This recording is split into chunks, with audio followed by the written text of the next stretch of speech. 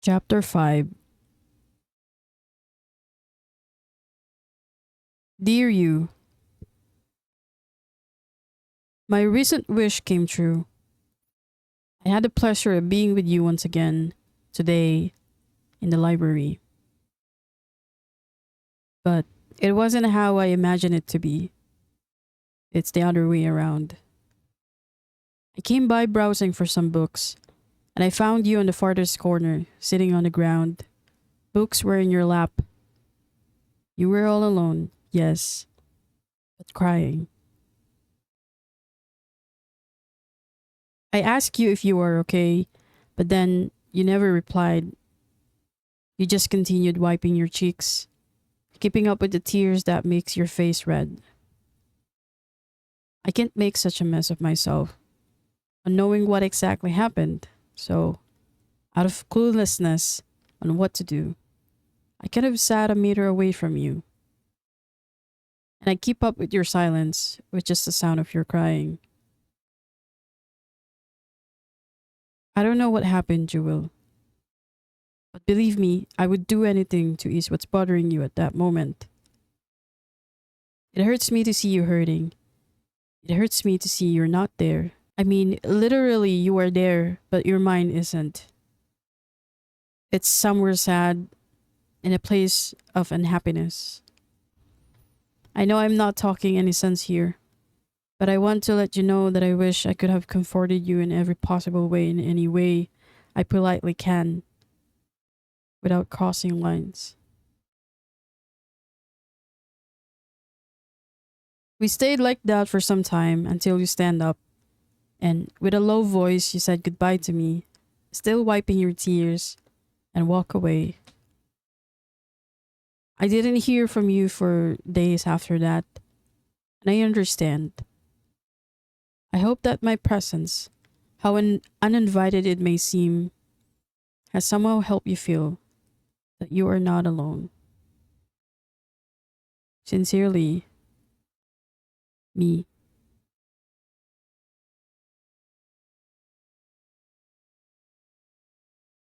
Present day.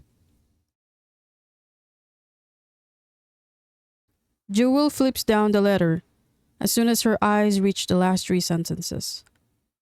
She closed her eyes. The fading pages of the letters played in her reverie. When she opened them once again, the same heavy feeling hovers her chest. She glances at the clock sitting beside her bed. 10:13 in the evening. 2 hours. 2 hours were spent reading them, these precious letters. Yet they took 10 years before it finally reached her. Tears threatens to come up from her eyes as her chest is filled with a different kind of air. Longing, guilt, and regrets. Years may have altered who Philip was writing to in these pages, and she may have forgotten about who she was back then. But within his words, she was again reminded of her old self. She remembered those days, the time they met. She remembered them all too well. It feels like she was transported back in there. She remembered every smile she and Philip had shared, moments when their eyes met, the time they were still young, clueless, undeserving of what the world has prepared for them. A future apart, a past that crossed but never strayed into being together. She didn't know he was falling for her, that behind those brown eyes and his noble smile was the dream images of her forever cherished between those hallways. She didn't know her ugliest was the prettiest for him. She didn't know she could really matter this much to someone as him. She didn't know she's been loved when she can't find any reasons to love herself once again. She didn't know someone had wished for her just as she wished for her heartaches to be over. She didn't know she could be this special. At the time, the world had made her believe that there is nothing more special in store for her. She didn't know so many things, and 10 years let her believe that she does. Yet this, This one came testing out her beliefs when it comes to loving someone. She didn't know such love could exist, and of all people it has, especially for her. She grabs a pillow and hugs it, and let the tears come slowly until later it turned out louder into a sob. She's glad she was alone, and her sister Vanessa was away from home, or otherwise she would have to explain these tears she herself can't even explain. She knows why, but at the same time, she don't. She's crying for the years that has passed, the times she chose to be blind to certain things, the chances she never took. She cries for the times she can't get back, the past she can't run back to. She cries for his heart, his existence she took for granted to appreciate, for the certain reasons she had and she is still continuing to live with. Reasons that she knows she has to revisit, one way or another, later.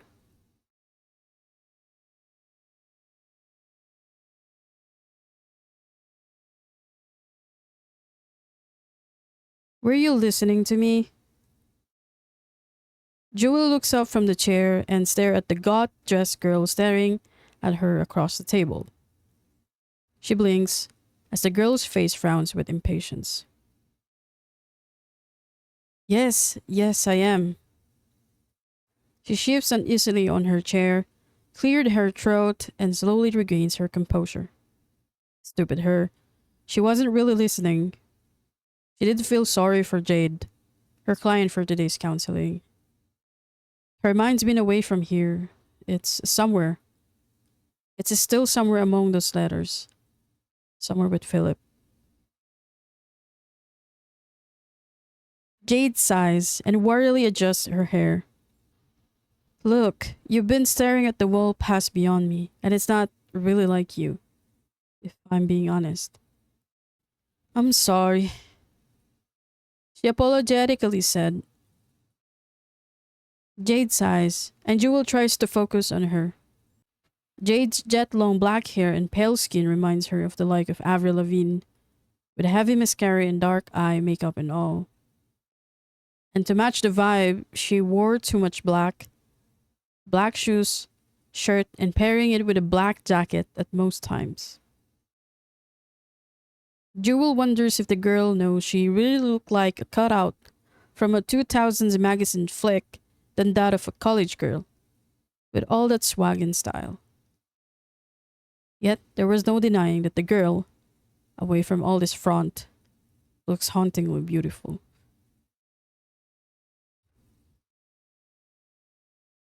You're staring at me again. Jade's voice came out flat once again.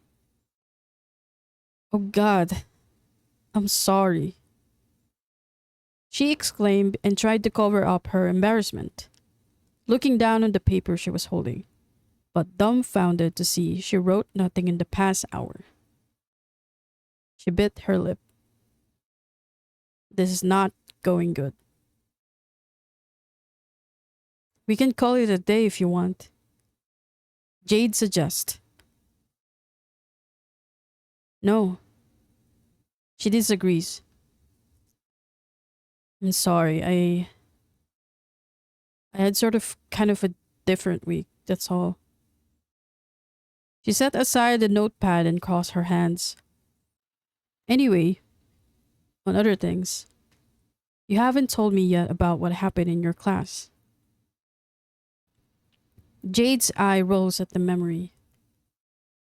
Oh, I don't think I want to talk about it anymore, the girl said. A debate? Why not? Because Jade uncomfortably looks away. Because it's just the same creep who wants to give me the hardest time out of wanting to get a better grade for the semester. Jewel smiles. I'm all ears. The girl looks at her in sudden wonder. I can't believe you got paid to listen to craps like this. Well, we all live our own kinds of craps. She reassures her. One just have to listen to them, give it another perspective, get it to work, and get it moving on. She sighs. My kind of crap, if you know what I mean. Jade smirked, and Jewel knows she got the girl's attention back. An hour later, their talk ended, and as soon as she was left alone in her office, she found herself rereading the letters once again. Her mind completely returned back to the past, the same questions that had kept her all night. What if he never intended to write this all for her? What if he was just too drawn to the idea that he could change her heart 10 years ago? And what if what she was feeling now is not guilt, but rather regret? She didn't know, to be honest, but one doesn't stray away from not thinking of the possibilities that will come out from these questions. Gathering her thoughts, she straightened up and turned her computer on. The familiar rose and lilac background appears at the screen, and she swiftly went online, browsing through 100 posts from people she knows adorning her feed. Friends who she had made, friends who never make it out from being just post themselves and not into her life, and friends she recently earned. She typed a familiar name in the search box, and in less than 10 seconds, a haunting, familiar face she had kept remembering last night burst out from the screen. The same pair of brown eyes smiling up from the picture. And for the first time in years, she suddenly recognized she had lost something, but also felt at the same time that she had found it. She longed for him, and an unlikely feeling of uncertainty washed over her in silence. What could have happened if they met at the time that she was not blinded by the pain and actually see her with him? Would she be as happy as she thought she would be? Would she be more herself with him? Would he be just a memory? A reminder of what could have been? At these thoughts, she fight back the stinging worm beginning to hit the corners of her eyes. Oh no, not again. Not again like last night. Not again the feeling. She looked for any information about him that she could make use at the moment. The account was last active 8 years ago, a few years after he graduated. It doesn't take a genius to not notice that it's a dead account, and the pictures were dated back when they were still in college. She looked for an email address, but there was none. And she scoured all useful things the account could give her, but aside the familiar post years ago, there was none. She tried to look up for another possible account, but is of no use. She ends up lost somewhere among 100 Philips, yet none of them were as verified as the one earlier. She spent her time looking lost at the screen, wondering how the letters get to her, when suddenly it hit her. The realization. The letters. He might actually be the one who sent them. Right. She hurriedly reached for them and did a quick scan on each of the pages, searching for any addresses or numbers. There was none. She tried looking at it once again, but it was as disappointingly empty of information. She remembers the envelope it arrived with, and she looked for it in the table, everywhere, under her chair, the drawers, wishing she hadn't thrown it away yet. Margaret came into her office just as she had found the envelope. Is everything all right? the secretary asked, looking at her in concern. Yes, Margaret, thank you. She replied under her breath, hiding the envelope. Okay. Margaret puts down a stack of folders into her desk, carefully sorting them. Well, I received a call from Dr. Sanchez asking if you would be free to discuss that outreach program sometime in May over lunch. Jewel absently nodded. Yes, sure, I'll call him back. All right. Margaret's brows knit in confusion as she looks at her further. You sure you're okay? She nodded once again.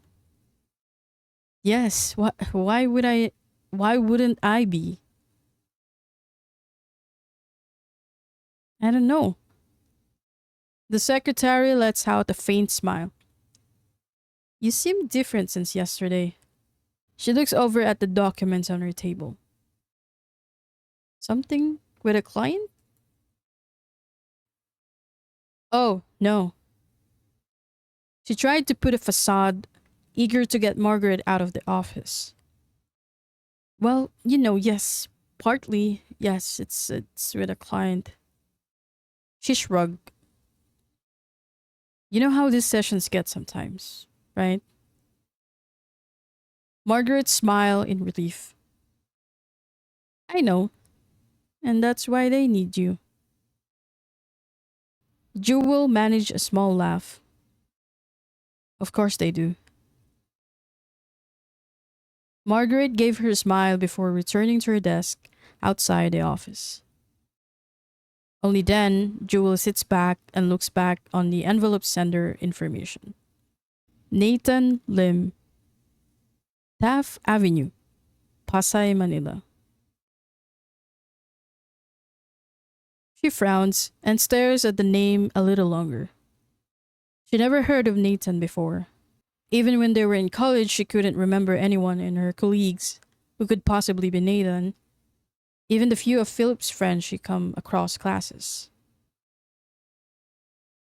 She immediately typed the guy's name in the search run back to the computer.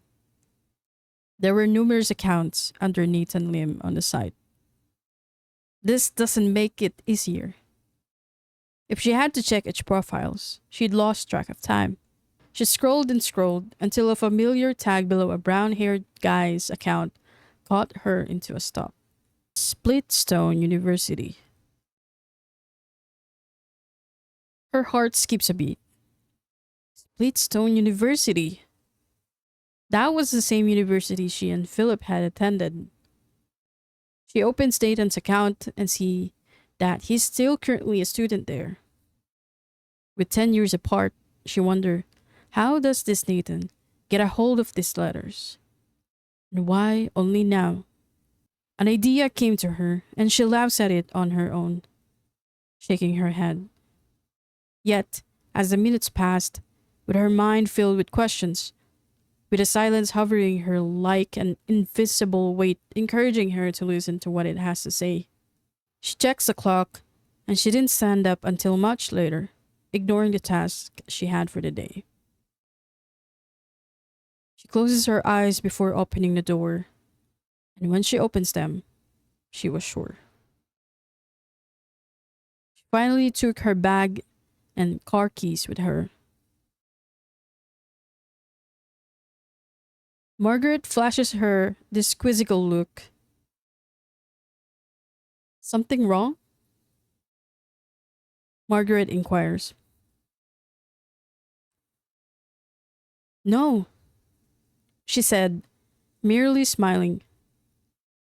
I'm good, but I want you to cancel any of my appointments this afternoon. Okay. And I won't be back until tomorrow or, well, I don't know. She fidgets on her feet, her temples getting warmer with the thought. You need help with something?